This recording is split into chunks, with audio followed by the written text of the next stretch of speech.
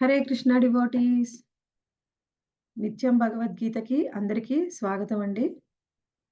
ఈరోజు మనము 15వ అధ్యాయంలోని మొదటి శ్లోకాన్ని చర్చించుకోబోతున్నాం. ముందుగా మనం ప్రేయర్స్ చేసుకొని క్లాస్ స్టార్ట్ చేసుకుందాము. జై జగన్నాథ్ బల్దేవ్ సుభద్రా మాయి సుదర్శన్ की జై, వామన్ దేవ్ की, परशुराम भगवान की, राधा माधव की, श्रील प्रभुपाद की जय।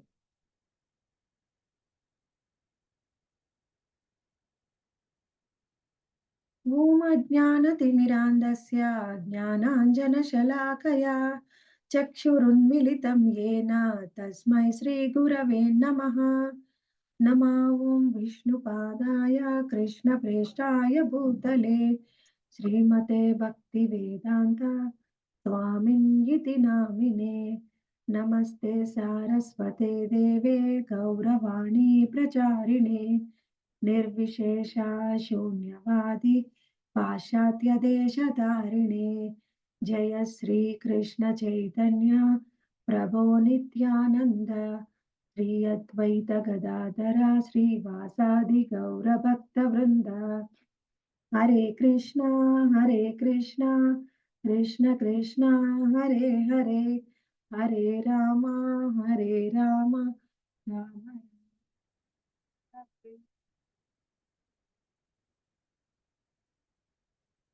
15వ అధ్యాయము పురుషోత్తమ యోగము.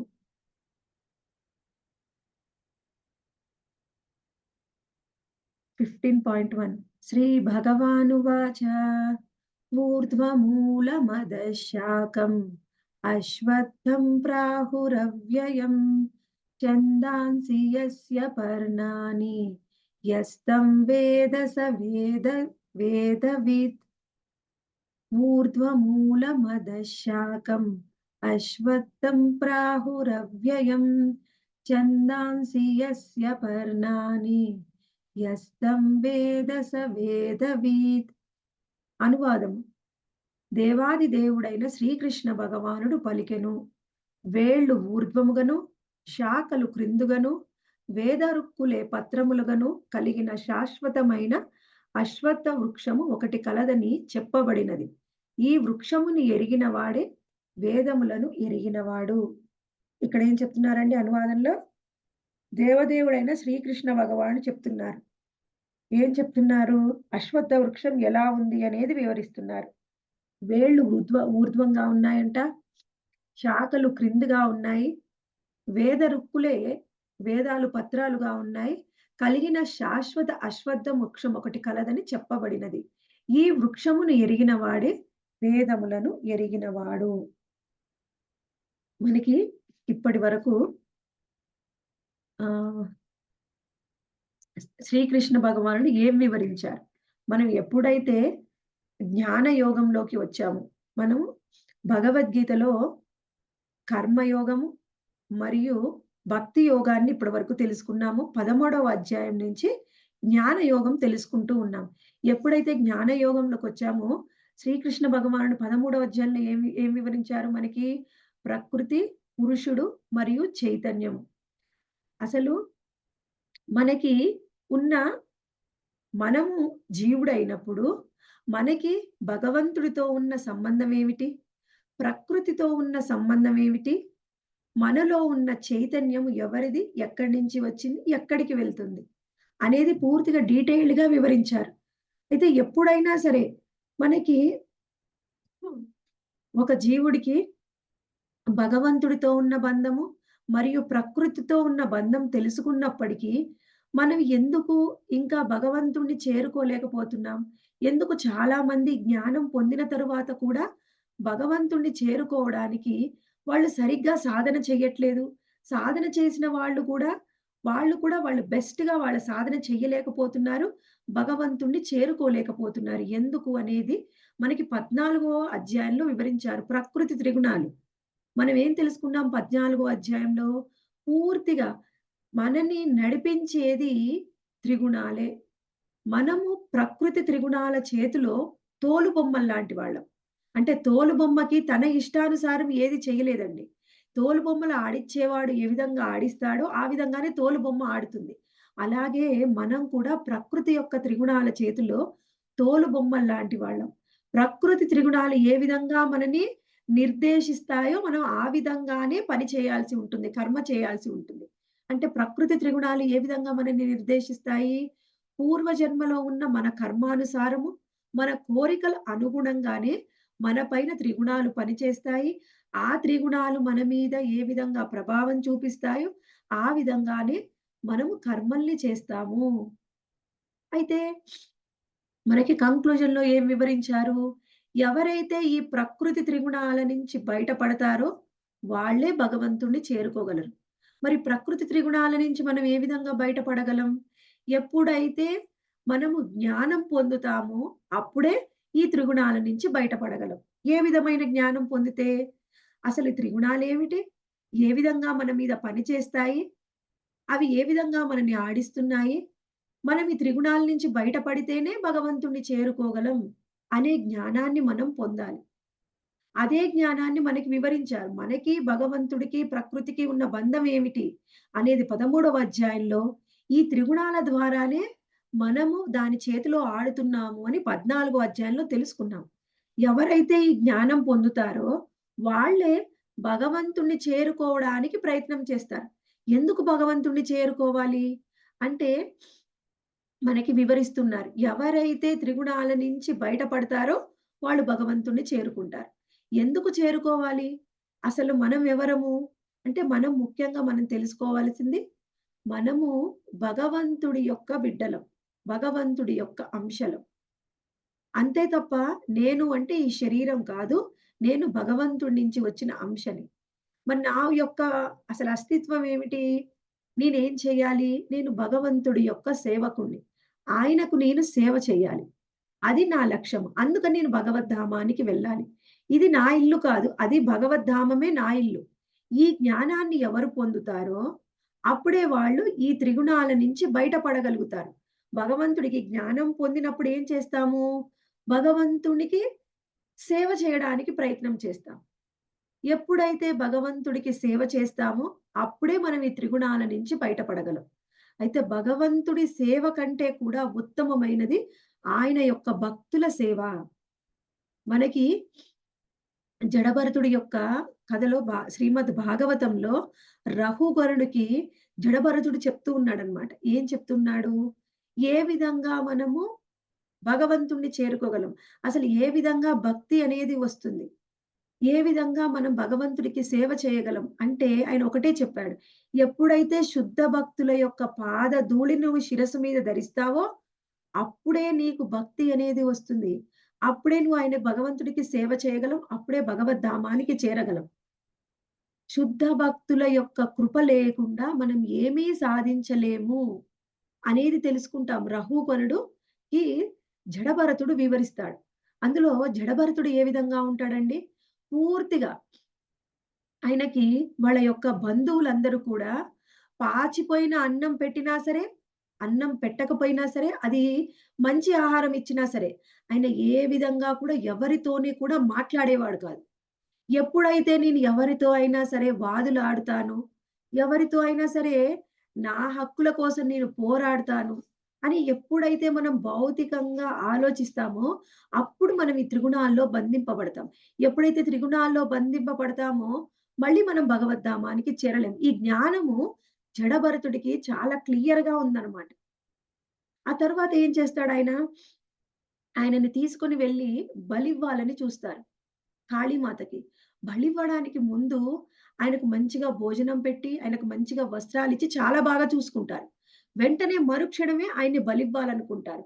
ఆయన్ని ఎంతో బాగా చూసుకున్నప్పటికీ తర్వాత బలివ్వాలనుకున్న సమయంలో కూడా జడభరతుల్లో ఏ విధమైన మార్పు లేదు. ఆయన మీద త్రిగుణాల యొక్క ప్రభావం లేదు. త్రిగుణాల ప్రభావం నుంచి బయటపడ్డాడు జడభరతుడు. అందుకనే అప్పుడు శుద్ధ సత్వగుణంలోకి వెళ్ళి కేవలం భగవంతుడు తప్ప వేరే ఆలోచన ఉంటే, నేను మళ్ళీ ఇంతకు ముందు జన్మలో ఏ విధంగా ఇక్కడే బంధింపబడిపోయానో భౌతికమైన లోకంలో మళ్ళీ నాకు అటువంటి పరిస్థితే వస్తుంది. కాబట్టి నేను త్రిగుణాలని నుంచి బయటపడాలి అంటే ఈ అనవసరమైన విషయాల నుంచి వీటి మీద నా మనసు అనేది ఉండకూడదు. నా శ్రద్ధ అనేది వీటి మీద ఉండకూడదు అని పూర్తిగా ఎటువంటి పరిస్థితుల్లో సుఖమైన, దుఃఖమైన మనం చెప్తూ ఉంటాం. స్థితప్రజ్ఞుల గురించి. ఆ స్థితప్రజ్ఞ గురించి చెప్పినప్పుడు ఏం చెప్పుకుంటాం? ఏ విధంగా మనము సుఖ-దుఃఖాలు, శీతోష్ణ సుఖ-దుఃఖాలు, మనము మాన అపమానాలు ఏ విధంగా అయినా సరే, మనము చలించకుండా ఉండాలి అని. అది జడభరతుడు చేసి చూపించాడన్నమాట ఉదాహరణగా. ఎవరైతే ఆ విధంగా గుణాల నుంచి బయటపడతారో, అప్పుడే వాళ్ళు భగవంతుడిని చేరుకోవచ్చు. అనేది మనం 14వ అధ్యాయంలో తెలుసుకున్నాం. ఈ 15వ అధ్యాయం పురుషోత్తమ యోగంలో ఏం చెప్తున్నారంటే, ముఖ్యంగా ఎప్పుడైతే మనము ఈ భౌతికమైన లోకంలో చిక్కుబడి ఉన్నాము. అసలు నేనెవరు? ఈ భౌతికమైన లోకమేమిటి? అసలు నా స్థానం ఏమిటి? ఆ స్థానానికి నేను ఎలా వెళ్ళాలి? ఏ విధంగా నేను ఈ భౌతిక లోకంలో చిక్కుబడి ఉన్నాను? అనేది మనకి 15వ అధ్యాయంలో వివరిస్తున్నారు. ఈ చిక్కుబడి ఉన్న మనము ఈ చిక్కులోంచి బయటపడి భగవద్ధామానికి చేరాలి. అయితే ఎలా ఉన్నాం ఈ భౌతిక లోకంలో బంధింపబడి మనకి ఉదాహరణతో వివరిస్తూ ఉన్నారు. 15వ అధ్యాయం మొదటి శ్లోకంలోనే. ఏ విధంగా చెప్తున్నారు? ఊర్ధ్వమూల మదశాకం అశ్వత్థం ప్రాహురవ్యయం ఛందాంసి యస్య పర్ణాని యస్తం వేద స వేదవిత్ అని మనకి ఈ శ్లోకంలో వివరిస్తున్నారు. ఇక్కడ ఈ అధ్యాయంలో ముందుగానే శ్రీల ప్రభుపాదుల వారు ఏం చెప్తున్నారంటే, భక్తి యోగం యొక్క ప్రాముఖ్యతని ఈ మొత్తము అధ్యాయంలో కూడా మనకి వివరిస్తున్నారు. ఎప్పుడైతే భక్తి యోగాన్ని ఆచరిస్తామో, అప్పుడే మనము ఈ భౌతిక లోకంలోంచి మనం బయటపడగలం. అయితే ఎలా బంధింపబడి ఉన్నాము ఈ లోకంలో అనేది ఇక్కడ మనకి వివరిస్తున్నారనమాట. ఇప్పుడు మనకు ఉన్న ఈ భౌతిక జగత్తు మొత్తాన్ని కూడా ఒక వృక్షంతోని పోలుస్తూ ఉన్నారు. ఆ వృక్షం ఏ విధంగా ఉన్నది అనేది వివరిస్తున్నారనమాట. ఆ వృక్షం ఏమిటి? అశ్వత్థ వృక్షం. ఈ మొత్తము భౌతిక లోకము, మళ్ళీ మనం మొత్తం భౌతిక లోకంలో ఉన్నత లోకాలు, అధమ లోకాలు, భూలోకము, ఆ తరువాత ఆధ్యాత్మిక లోకం. అన్నిటిని కూడా ఒక అశ్వత్థ వృక్షంతోని పోల్చి మనకి వివరిస్తూ ఉన్నారనమాట. ఇక్కడ ఫస్ట్‌గా ఏం చెప్తున్నారు శ్రీల ప్రభుపాదుల వారు? ఈ అశ్వత్థ వృక్షంలో జీవుడు ఏం చేస్తూ ఉన్నాడు అంటే, ఒక కొమ్మ నుంచి ఇంకొక కొమ్మకి దూకుతూ ఉన్నాడు. కానీ, అసలు ఈ అశ్వత్థ వృక్షంలోంచి ఏ విధంగా బయటపడాలో తెలియడం లేదు. అశ్వత్థ వృక్షం ఏమిటిక్కడ? భౌతిక జగత్తుతోని పోలుస్తున్నారు. ఈ మొత్తం భౌతిక జగత్తులో మనం ఏం చేస్తున్నామంటే, ఒక కొమ్మ నుంచి ఇంకొక కొమ్మకి దూకుతూ ఉన్నాం. కానీ, దీని నుంచి ఎలా బయటపడాలో మనకి తెలియడం లేదు. ఎందుకు మనం దీనిలోంచి బయటపడలేకపోతున్నాం? అనేది వివరిస్తున్నారిక్కడ. మొదటి, రెండవ పేరాగ్రామ్‌లో ఏం వివరిస్తున్నారంటే, శ్రీల ప్రభుపాదుల వారు ఈ అశ్వత్థ వృక్షానికి అంతమనేది లేదు. మొత్తము వ్యాపించి ఉంది భౌతిక జగత్తు అంతా. దీనికి అంతమనేది లేదు. ఎవరైనా సరే ఈ భౌతిక జగత్తులో ఉన్నాము అంటే, ఈ అశ్వత్థ వృక్షంలో ఉండాల్సిందే. దీని నుంచి నేను పక్కకు పోతా, బయటికి పోతా అనడానికి లేదు. మొత్తం భౌతిక జగత్తు వ్యాపించి ఉంది కాబట్టి, దీనికి అంతమనేది లేదు. ఎవరైతే మనం ఈ భౌతిక జగత్తులోంచి బయటపడి ఆధ్యాత్మిక జగత్తుకు చేరాలి, భగవంతుడిని చేరుకోవాలి అనుకుంటారో, వాళ్ళకి అప్పుడు మాత్రమే ఈ అశ్వత్థ వృక్షం నుంచి ముక్తి అనేది లభిస్తుంది. ఎలా లభిస్తుంది? మన ఆత్మని ఉద్ధరించుకున్నప్పుడే ఈ అశ్వత్థ వృక్షం నుంచి మనకి ముక్తి అనేది లభిస్తుంది. అయితే ఈ అశ్వత్థ వృక్షం ఏ విధంగా ఉందంట? మొత్తము వేళ్ళన్నీ పైకి ఉన్నాయంట. తర్వాత దాని యొక్క కాండము మరియు కొమ్మలు, దాని పత్రాలు కిందికి ఉన్నాయంట. మనము సాధారణంగా ఈ లోకంలో చూసే వృక్షాలు ఏ విధంగా ఉంటాయండి? వేళ్ళు కిందికి ఉంటాయి. ఆ తరువాత కాండము, ఆ తరువాత కొమ్మలు, దానికి ఆకులు, తర్వాత పత్రాలు, పూలు అన్నీ ఉంటాయి. కానీ ఈ వృక్షం ఎలా ఉంది? తలక్రిందులుగా ఉంది. పైకి వేళ్ళు ఉన్నాయి. కిందికి దాని కాండము, కొమ్మలు, పత్రాలు ఉన్నాయి. ఈ వృక్షం అనేది దేనితోని పోలుస్తూ ఉన్నారు అంటే, భౌతిక లోకము మరియు ఆధ్యాత్మిక లోకంతో పోలుస్తున్నారు. భౌతిక లోకంలో ఆధ్యాత్మిక లోకము అనేది అసలైన వృక్షమైతే, దాని యొక్క నీడ అనేది భౌతిక వృక్షము. అసలు ఉన్నది ఆధ్యాత్మిక లోకంలో, దాని యొక్క నీడ మాత్రమే ఉన్నది భౌతికమైన లోకంలో. అసలు అక్కడ దాని యొక్క నీడ మాత్రం ఇక్కడ. దీనికి మనకి అందుకని ఎప్పుడైనా ఏ సుఖమైనా, సంతోషమైనా ఈ లోకంలో మనం పొందాలి అనుకుంటే దాన్ని పొందలేము. కారణం ఏమిటి? అసలు అనేది ఇక్కడ లేదు. అసలు అనేది ఆధ్యాత్మిక లోకంలో ఉంది. అందుకని ఇక్కడ చూడండి మనకి మూడో పేరాగ్రాఫ్‌లో వివరిస్తూ ఉన్నారు. ఏ విధంగా అంటే ఎప్పుడైతే మనము శ్రీకృష్ణ భగవానుడికి ఉత్తమమైన భక్తుల్లా భక్తియుత సేవ చేస్తామో, అప్పుడు అస మిథ్యాలోకమైన భౌతిక లోకం నుంచి బయటపడి ఆధ్యాత్మిక లోకంలో ఉన్న భగవంతుడిని చేరుకోగలం. అది తప్ప ఇంకొక మార్గం లేదు అని చెప్తున్నారు. మనము బయటపడాలి అని ఎప్పుడు తెలుసుకోవాలి? ఎప్పుడు తెలుసుకుంటాం?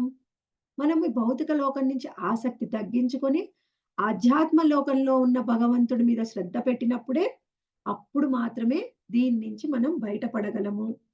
అయితే ఎలా ఉన్నదంటే ఈ వృక్షం ఇక్కడ వివరిస్తున్నారు చూడండి. ఈ భౌతిక జగత్తు అస్తిత్వపు వేళ్ళు పైన ఉన్నవిగా వర్ణించబడినవి. భౌతిక జగము పట్ల గల ఆసక్తిని నశింపచేసుకుని విధానమే ఈ అధ్యాయపు ఆరంభమని చర్చింపబడినది.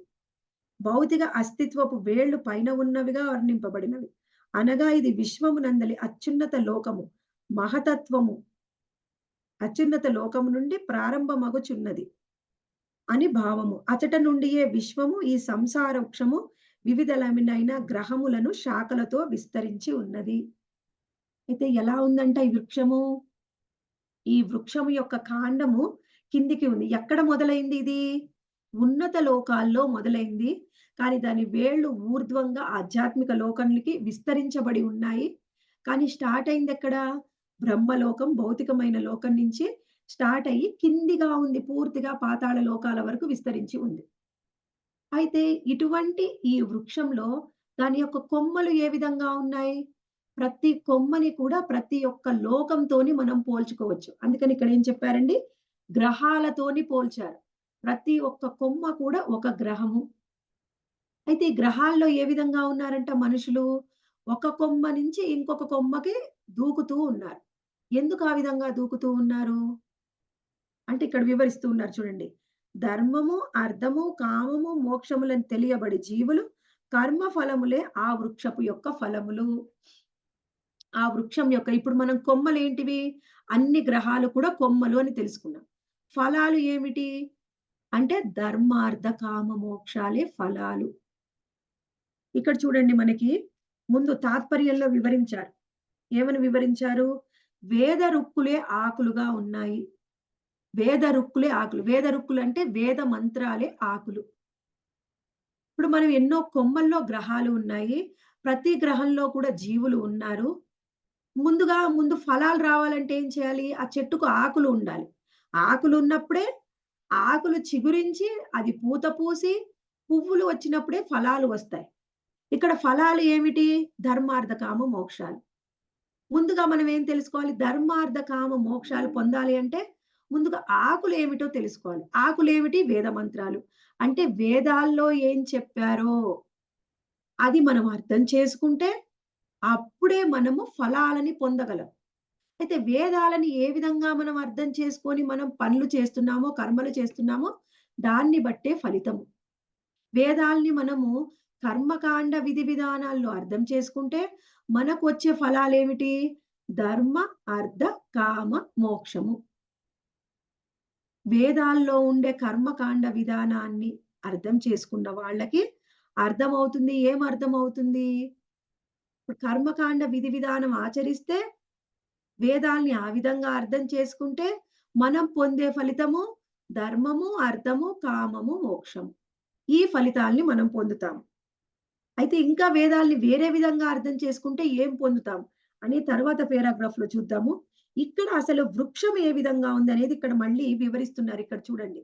ఈ వృక్షము కొమ్మలు క్రిందిగా ఉన్నాయి. వేళ్ళు పైగా ఉన్నాయి. అది తెలుసుకున్నాం. అయితే ఇటువంటి వృక్షాన్ని మనం ఎక్కడ చూస్తాం? ఎక్కడైనా సరే నీళ్లు ఉన్నాయనుకోండి. ఎక్కడైనా ఒక చిన్న సరస్సు, నది, కొన్నిసార్లు సముద్రాల పక్కన కూడా చెట్లు ఉంటాయి. ఆ చెట్లు ఉన్నప్పుడు మీరు చూస్తే ఏమర్థమవుతుంది? చెట్టు కాండము, దాని కొమ్మలు, పత్రాలు పైకి కనిపిస్తూ ఉంటాయి. కింద చూస్తే కింద కూడా మనకి కాండం కనిపిస్తుంది. పత్రాలు కనిపిస్తాయి, పూలు కనిపిస్తాయి. అది మళ్ళీ నీడలో. కానీ ఎలా కనిపిస్తున్నాయి ఆ చెట్టు? జలాశయం ఉంటే జలాశయంలో దాని నీడ కనిపిస్తుంది. ఏదో ఒక వాటర్ బాడీ.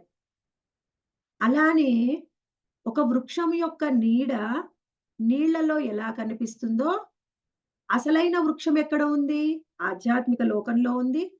దాని నీడ అనేది భౌతికమైన లోకంలో ఉంది. అయితే నీడని ఎందులో చూస్తాం? బయటనేమో నీళ్ళలో నీడని చూస్తాం. కానీ ఇక్కడ మనం ఎలా నీడని చూస్తాం? కోరికలో నీడని చూస్తాము. కోరికలోనే భౌతిక జగత్తు అనేది ఉంది. ఆధ్యాత్మిక లోకంలో అసలు వృక్షం ఉంది.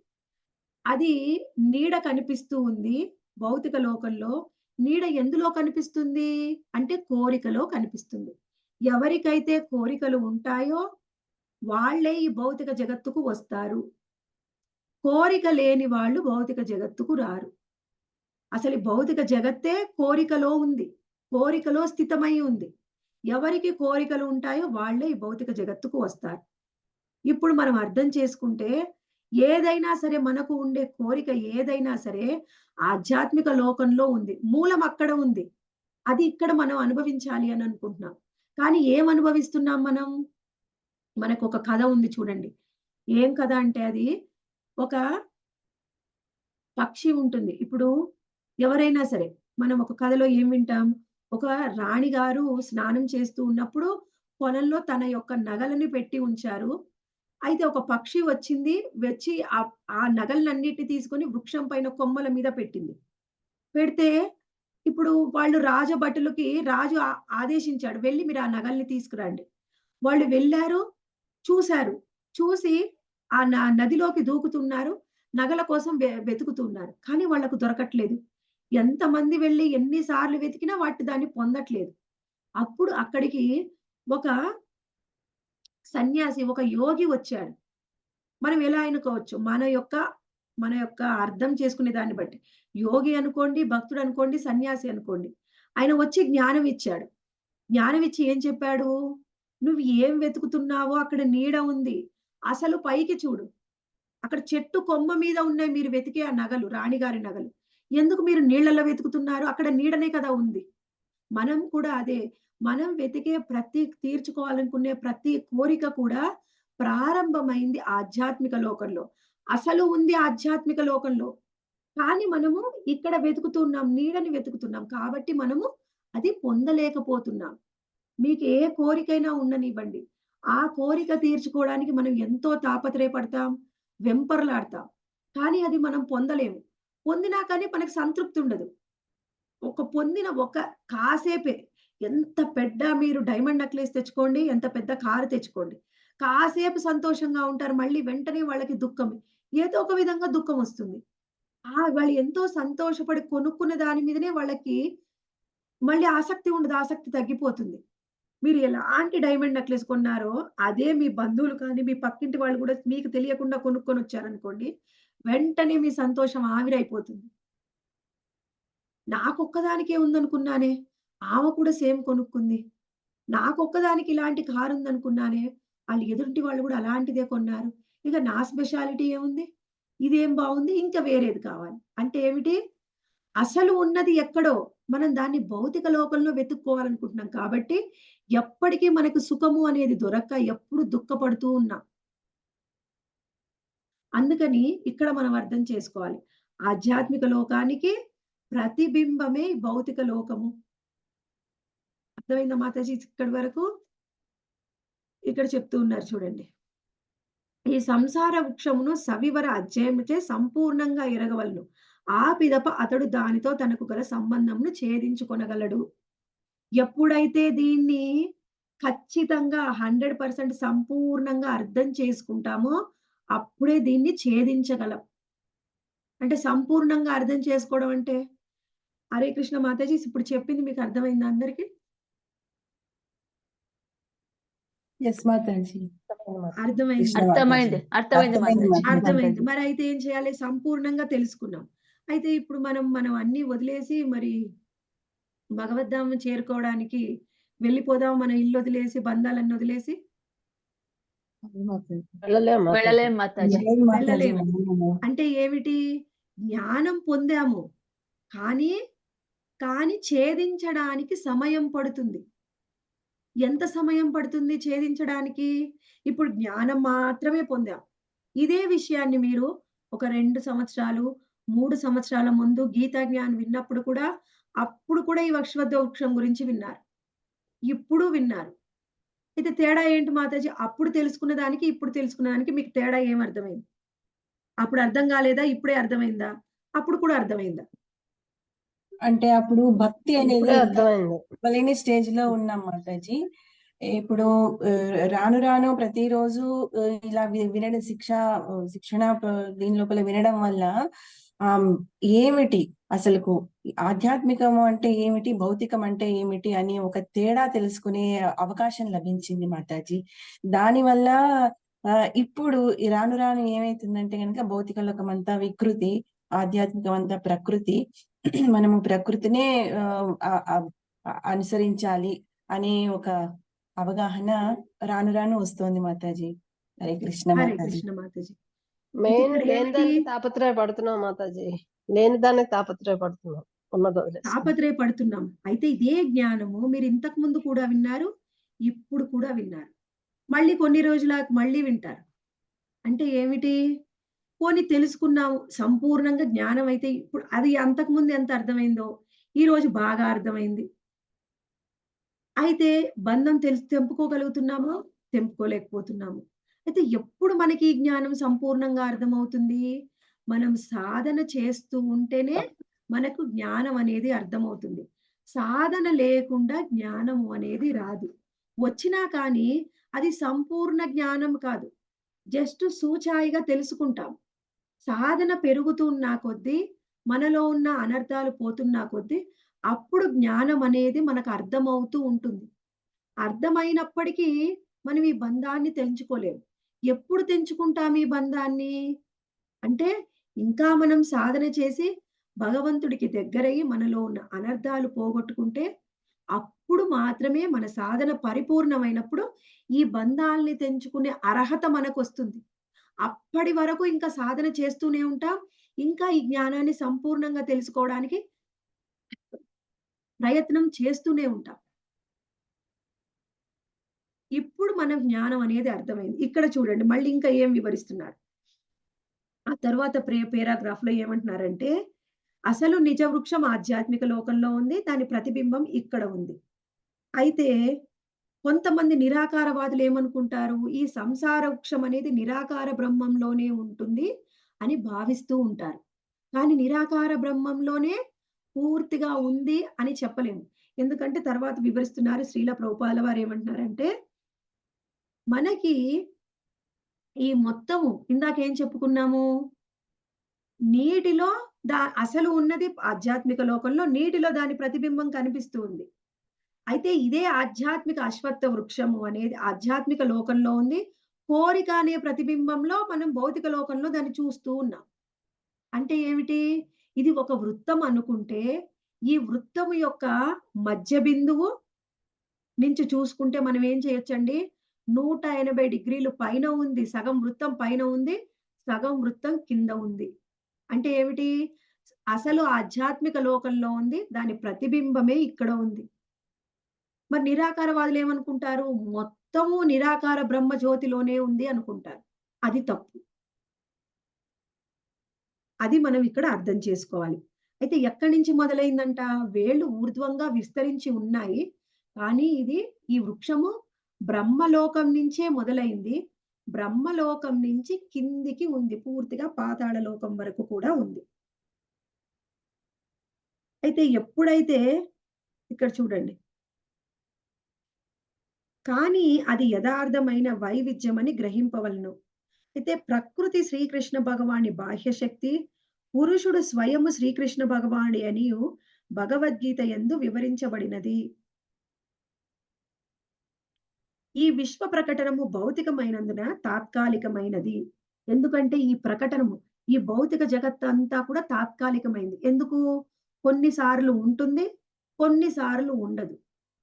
కొన్నిసార్లు కనిపిస్తుంది. ప్రళయ సమయంలో మళ్ళీ మొత్తం కూడా అన్ని విశ్వాలు కారణోదక సాయి విష్ణువులోకి వెళ్తాయి. తర్వాత మళ్ళీ బయటికి వస్తాయి. అంటే కొన్నిసార్లు ఉంటుంది, కొన్నిసార్లు ఉండదు ఈ భౌతిక జగత్తు అని అనుకున్నప్పుడు, ఇది శాశ్వతము అని చెప్పడానికి లేదు. ఇది అశాశ్వతమైనది. ఈ భౌతిక జగత్తు అలాగే ఈ అశ్వత్థ వృక్షం కూడా. మనకు కనిపించే అశ్వత్థ వృక్షము అశాశ్వతమైనది అని తెలుసుకోవాలి. అయితే ఎవరైతే వేదాలని తెలుసుకుంటారో ఇక్కడ చూడండి. అతడు ఆ విధంగా తెలుసుకొనగలిగినప్పుడే నిజముగా వేదాలని ఎరిగినవాడు. వీళ్ళు ఎవరైతే ఈ జ్ఞానం తెలుసుకుంటారో వీళ్ళే వేదాలు తెలుసుకున్న వాళ్ళు. వీళ్ళు కాకుండా వేరే విధంగా తెలుసుకున్న వాళ్ళకి వేద జ్ఞానం సరిగ్గా అర్థం కాలేదు అని అర్థం. ఇక్కడ వివరిస్తున్నారు చూడండి. వేదమునందలి కర్మకాండకే ఆకర్షితుడమైన వాడు సంసార వృక్షమకు సుందరమగు పచ్చని ఆకులకు ఆకర్షితమైన వాడు. ఎవరైతే వేదాల్లో ఉన్న కర్మకాండకు ఆకర్షితమవుతారో ఈ మొత్తము కొమ్మలు ఏమిటి? అన్ని గ్రహాలు. అన్ని గ్రహాల్లో జీవులు ఉన్నారు. ప్రతి ఒక్క కొమ్మకి కూడా ఆకులు ఉన్నాయి. అవే వేద రుక్కులు. అవి ఎలా ఉన్నాయంట? పచ్చగా, చిన్నగా చూడగానే భలే అట్రాక్టివ్‌గా ఉన్నాయి ఆ పచ్చటి ఆకులు. అయితే ఆకులు ఏమిటి? కర్మకాండ. ఇప్పుడు వేదాలని మనం అర్థం చేసుకునే విధానం. వేదాలలో అన్నీ ఉన్నాయి. కానీ మనం వేదాల్ని కర్మకాండగా అర్థం చేసుకుంటే దాని పచ్చటి ఆకులు చూసి మనం మోసపోయి మనము మన పనులు చేస్తాము. దానివల్ల ధర్మ, అర్థ, కామ మోక్షాల్ని పొందుతాము. కానీ ఈ వేదాల్ని మనం అర్థం చేసుకునే విధానం ఎలా ఉండాలి? భగవద్గీతలో శ్రీకృష్ణ భగవానుడు చెప్పాడు. ఏం చెప్పాడు? వేదైశ్చ సర్వైర్ అహమేవ వేద్యో. వేదాల వల్ల పొందేది నువ్వు నన్నే పొందుతావు, నన్నే తెలుసుకుంటావు. ఆ విధంగా ఎవరైతే వేదాలను అర్థం చేసుకుంటారో వేదాల ద్వారా మనం అర్థం చేసుకునేది శ్రీకృష్ణ భగవానుడినే. వేదాల సారాంశం శ్రీకృష్ణ భగవానుడే. ఆయనే పరమ సత్యము. ఆయన్నే అర్థం చేసుకోవాలి. ఆయన్నే చేరడానికి మనం ప్రయత్నం చేయాలి. అది ఎవరు తెలుసుకుంటారో వాళ్ళు కూడా వేదాల్ని అర్థం చేసుకున్నారు. కర్మకాండ విధి విధానాన్ని ఆచరించే వాళ్ళు కూడా వేదాల్ని అర్థం చేసుకున్నారు. వేదాల్ని మనం ఏ విధంగా అర్థం చేసుకుంటాము అనేదే మనకి మెయిన్ ముఖ్య ఉద్దేశం. మనకి వేదాలని గురించి వేదాంత సూత్రాలు రాశారు. మనకి శ్రీల వ్యాసదేవుడు. ఆ వేదాంత సూత్రాలకి నుంచి భాష్యమే శ్రీమద్ భాగవతం. శ్రీమద్ భాగవతం వేదాల యొక్క సారాంశం.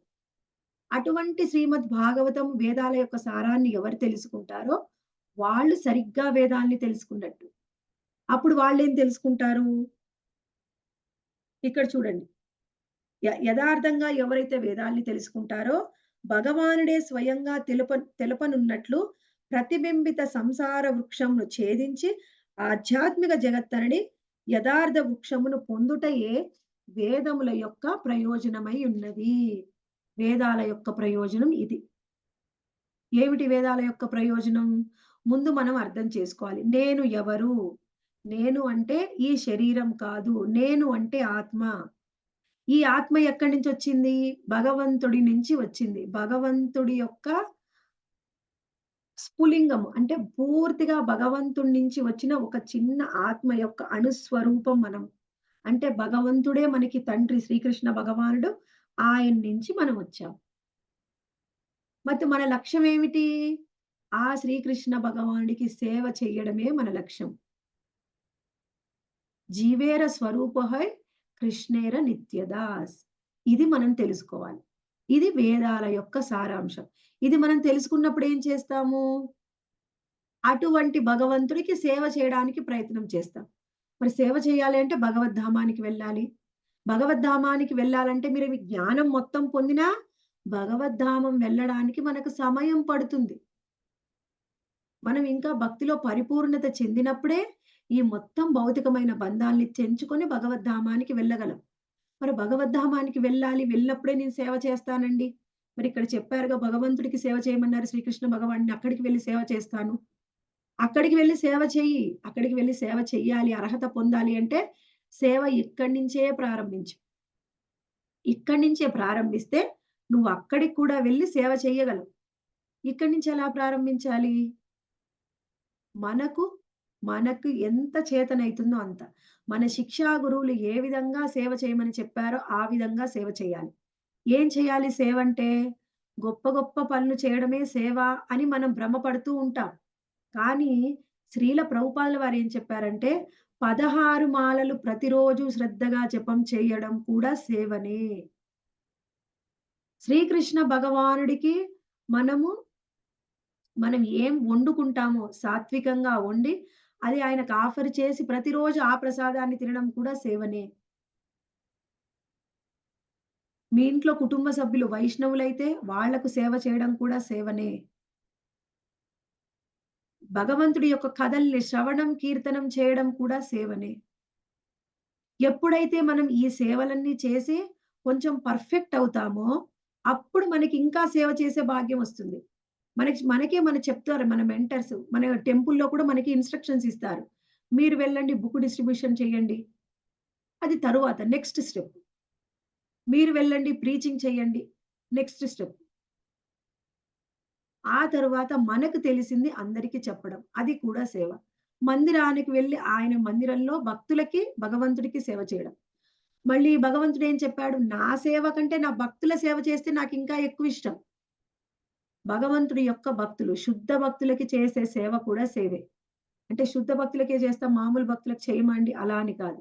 అందుకని ఏం చెప్పారు? శ్రీ చైతన్య మహాప్రభు దాసాను దాసాను దాసాను దాస.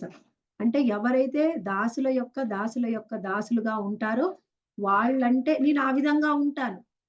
గోపి భర్తు పదకమలయో దాస దాసాను దాస. అంటే గోపి భర్తృ ఎవరు? గోపికల యొక్క భర్త ఎవరు? శ్రీకృష్ణ భగవానుడు. భర్త అంటే ఏమిటండి? భరించేవాడు. అన్ని ఆయనే బాధ్యత వహించేవాడు. గోపికల అందరి బాధ్యత, అందరికి భర్త ఎవరు? శ్రీకృష్ణ భగవానుడు. అటువంటి శ్రీకృష్ణ భగవాను యొక్క దాసుడి యొక్క దాసుడి యొక్క దాసుడి యొక్క దాసుడిని మన ఎంత దాస అనేది మనది ఎంత తోక పెరుగుతుందో వాళ్ళంత గ్రేట్ అంట. అలా ఉంటాను నేను అని చైతన్య మహాప్రభు చెప్పారు. అలా మనం ఇక్కడ సేవ చేస్తే అప్పుడు మన అనర్థాలు తొలగించుకుంటే మనకు ఇప్పుడు చెప్పిన జ్ఞానం ఉంది కదా! ఆ జ్ఞానం అనేది ఏమిటి అనేది అర్థమవుతుంది. ఫస్ట్ అర్థం చేసుకుంటే పూర్తిగా అప్పుడు దాన్ని మనం ఆచరిస్తాం. అప్పుడు మనం సేవ చేస్తూ ఉంటే మనకు జ్ఞానం పెరుగుతుంది. జ్ఞానం పెరిగినప్పుడు అర్థమవుతుంది. అర్థమైనప్పుడు ఇంకా ఎక్కువ సేవ చేస్తాం. అప్పుడు మనం భగవద్ధామం చేరడానికి అర్హత పొందుతాం. ఇందులో మన సీనియర్ డివోటీస్ ఎలా చెప్పారో అలా వింటే అప్పుడు మనం గురువుని పొందవచ్చు. గురువు యొక్క సహాయంతోని భగవద్ధామానికి చేరవచ్చు. అప్పుడు మాత్రం మనము ఈ సంసార వృక్షం అనే భౌతిక వృక్షం, అశ్వత్థ వృక్షాన్ని ఛేదించి మనము ఆధ్యాత్మిక లోకంలో ఉండే అసలైన వృక్షాన్ని దగ్గరికి వెళ్తాం. ఇక్కడ మనం పొందాలనుకునే కోరికలకు మూలం అక్కడ ఉంది. అక్కడ ప్రేమ ఉంటే ఇక్కడ కామం ఉంది. ఇక్కడ కోరిక ఉంది. కోరిక అనేది ఎప్పుడు కూడా ఎలా ఉంటుంది అంటే మనకి ఇప్పుడు చూడండి మనం భౌతికమైన లోకంలో ఏ బంధమైనా సరే తల్లిదండ్రులు బిడ్డల యొక్క బంధం. ఆ బంధంలో కూడా నిస్వార్థంగా తల్లిదండ్రులు పెంచినప్పటికీ ఒక స్థాయికి వచ్చినప్పుడు పిల్లల నుంచి కూడా తల్లిదండ్రులు ఎంతో కొంత ఆశిస్తారు. వాళ్ళు బ్రతకడానికి. భార్య భర్త నుంచి ఆశిస్తుంది. భర్త భార్య నుంచి ఆశిస్తాడు. భౌతికమైన లోకంలో నిస్వార్థమైన ప్రేమ అనేది లేదని చెప్పాలి. నిస్వార్థమైన ప్రేమ ఎక్కడ ఉంది? ఆధ్యాత్మిక లోకంలో గోలోకధామంలో శ్రీకృష్ణ భగవానుడి దగ్గర ఉంది. అందుకని ఏం చెప్తారు ఆచార్యులు? అన్యాభిలాషిత శూన్యం. జ్ఞాన కర్మాది అనావృతం. అన్యాభిలాషిత శూన్యం అంటే ఏ విధమైన అభిలాష లేకుండా, కోరిక లేకుండా. భౌతిక లోకంలో ఉన్నంత కాలం ఎంతో కొంత కోరిక ఉంటుంది. ఆధ్యాత్మిక లోకంలో ఏ కోరిక ఉండదు. శ్రీకృష్ణ భగవానుడికి నేను సేవ చెయ్యాలి అనే కోరిక తప్ప ఏ కోరిక ఉండదు. అంటే శ్రీకృష్ణుడికి సేవ చేస్తే మాతాజీ మీరు చెప్పారు. మీకు ఏ కోరిక ఉన్నా ఇక్కడ తీర్చుకోలేదు. తీర్చుకుంటే సంతోషం ఉండదు. అక్కడికి వెళ్తే కోరికలు తీర్చుకుంటే మీరు సంతోషపడతారు, సంతృప్తి పడతారని చెప్తున్నారు. మరి అక్కడికెళ్తే కృష్ణుడికి సేవ చేస్తే కృష్ణుడు సంతోషిస్తాడు కానీ మేమెలా సంతోషిస్తాం? అంటే అదేమిటి? మనం ఎన్నో సార్లు ఉదాహరణ చెప్పుకున్నాం. మన చెయ్యిని ఎవరైనా వచ్చి విరగ్గొట్టారనుకోండి, ఆ చెయ్యి అనేది నిష్ప్రయోజనంగా పక్కన పడి ఉంటుంది. దానివల్ల మనకి ఏ ఉపయోగం లేదు. అది చెయ్యి సంతోషంగా ఉండదు, సుఖంగా ఉండదు. దానికి చలనం ఉండదు, చైతన్యం ఉండదు, ఆరోగ్యం ఉండదు. ఆ చెయ్యి బాధపడుతూ ఉంటుంది. అలానే ఇక్కడ శరీరం కూడా బాధపడుతుంది. అయ్యో! నా చెయ్యి కోల్పోయానే నేను అని. ఎప్పుడు మనం కంప్లీట్ అవుతాం? మన శరీర అవయవాలన్నీ మనతో ఉంటే మనం కంప్లీట్ అవుతాం. మనం సుఖంగా ఉంటాం. అలాగే భగవంతుడు కూడా మనమందరం కూడా ఆయన నుంచి వచ్చిన భాగాలు. ఆయన నుంచి ఎప్పుడు వేరుపడి సుఖపడదాం అనుకుంటామో అప్పుడు మనకి సుఖముండదు. ఆయన దగ్గరికి వెళ్తే ఇప్పుడు చెయ్యుంది. మన చెయ్యిని మళ్ళీ మన శరీరంలో పెట్టి డాక్టర్ కుట్టేసాడనుకోండి, మనం ఏం తిన్నా ఈ చెయ్యికి కూడా ఆరోగ్యం వస్తుంది. చెయ్యికి శక్తి వస్తుంది. చెయ్యి కూడా సంతోషం వస్తుంది. మరి తినేదేమో నాలుక, పొయ్యేదేమో పొట్టలోకి. నాకేంటి సంబంధం? ఈ చెయ్యికలా సంతోషం వస్తుంది అంటామా? అలా అని అన్ని శరీర భాగాలు కట్ చేసి పడేస్తే అయి సంతోషంగా ఉంటాయా? శరీరంతో కలిపి ఉన్నప్పుడే సంతోషంగా ఉంటాయి. గులాబ్ జామున్ తిన్నది నాలుకైనా, పోయింది పొట్టలోకైనా అన్ని శరీర అవయవాలు మొత్తము మన ఆత్మతో సహా అన్నీ సంతృప్తి చెందుతాయి. గులాబ్ జామ్ తిన్నప్పుడు. అలాగే భగవంతుడి యొక్క భగవంతుడిలో భాగము. అక్కడ భగవంతుడు సుఖంగా, సంతోషంగా ఉంటే మనము కూడా సంతోషంగా ఉంటాం ఆటోమేటిక్‌గా. అది ఎలా అంటే ఇది ఇలానే. అది ఎలా మాతాజీ అంటే ఇలానే. ఎప్పుడైతే అక్కడికి వెళ్లి ఆయనకి సేవ చేస్తామో, ఆయన ఏది స్వీకరించినా, ఆయన ఏ విధంగా సంతోషంగున్నా, మనందరికి కూడా మనము లెక్కలేనంత, మనము కొలవలేనంత, చెప్పలేనంత సంతోషం దొరుకుతుంది మనకి. అది ఎలా అంటే, అది మాటల్లో చెప్పడానికి లేదు. అక్కడికి వెళ్లి అనుభవించాలి. ఎప్పుడైతే మనము ఆ విధంగా కృష్ణుడి కోసమే చేస్తామో, అది సంపూర్ణమైన సుఖము, సంతోషం. అది ఇక్కడ వెతుక్కున్నంత కాలం మనకి దుఃఖమే. అయితే అన్నీ ఉన్నాయి ఆధ్యాత్మిక లోకంలో ఇక్కడ అన్నీ ఉన్నాయి. కానీ అవి అక్కడేమో సంపూర్ణంగా ఏ విధమైన కలుషితం లేనటువంటి భావాలు అక్కడ ఉన్నాయి. ఎప్పుడైతే ఆధ్యాత్మిక లోకంలోకొచ్చామో, ఈ త్రిగుణాల సంపర్కంతోని ప్రతి ఒక్క కోరిక కూడా కలుషితమైపోతుంది. ఆ కలుషితమైన వాటినే మనం పొందాలి అని నిరంతరం తాపత్రయపడుతున్నాం. సుఖపడాలనుకుంటున్నాం కానీ సుఖం దొరకట్లేదు. అందుకే మనం అర్థం చేసుకోవాలి. ఆధ్యాత్మిక లోకం అసలైంది. ఇది అసత్యము. ఎప్పుడైతే కోరికల్ని అనుభవించాలనుకున్నాం, ఇవి అసత్య లోకంలోకి వచ్చా ఇక్కడ తాపత్రయపడుతూ ఉన్నాం. ఈ జ్ఞానం ఎప్పుడు పొందామో, అప్పుడు మనము మనం అనుకుంటాం నేను కూడా ఖచ్చితంగా భగవద్ధామానికి వెళ్ళాలి. అయితే భగవద్ధామానికి వెళ్ళాలి, నేనక్కడ సుఖంగా ఉండాలి అంటే ఏం చేయాలి? గురువును పొందాలి. గురువును పొందాలంటే ఏం చేయాలి? మెంటర్స్ ఏం చెప్తే అది చెయ్యాలి. అప్పుడు గురువుని పొందుతాం. గురువు యొక్క సహాయంతో ఆధ్యాత్మిక లోకానికి వెళ్లి, అక్కడ కృష్ణుడితో కలిసి సుఖంగా, సంతోషంగా ఆయనకి సేవ చేస్తూ, ఆయనతో పాటు మనం కూడా ఆనందంగా ఉండగలం. అది మనకి పురుషోత్తమ యోగంలో శ్రీకృష్ణ భగవాన్ చెప్పాలనుకుంటున్నారు. ఇంకా డీటెయిల్డ్‌గా మనకి దీని గురించి ఏం వివరించాలి అనుకుంటున్నారు? నెక్స్ట్ రేపు శ్లోకాల్లో చూద్దాం. Hare Krishna. Prabhujis and Matajis any questions?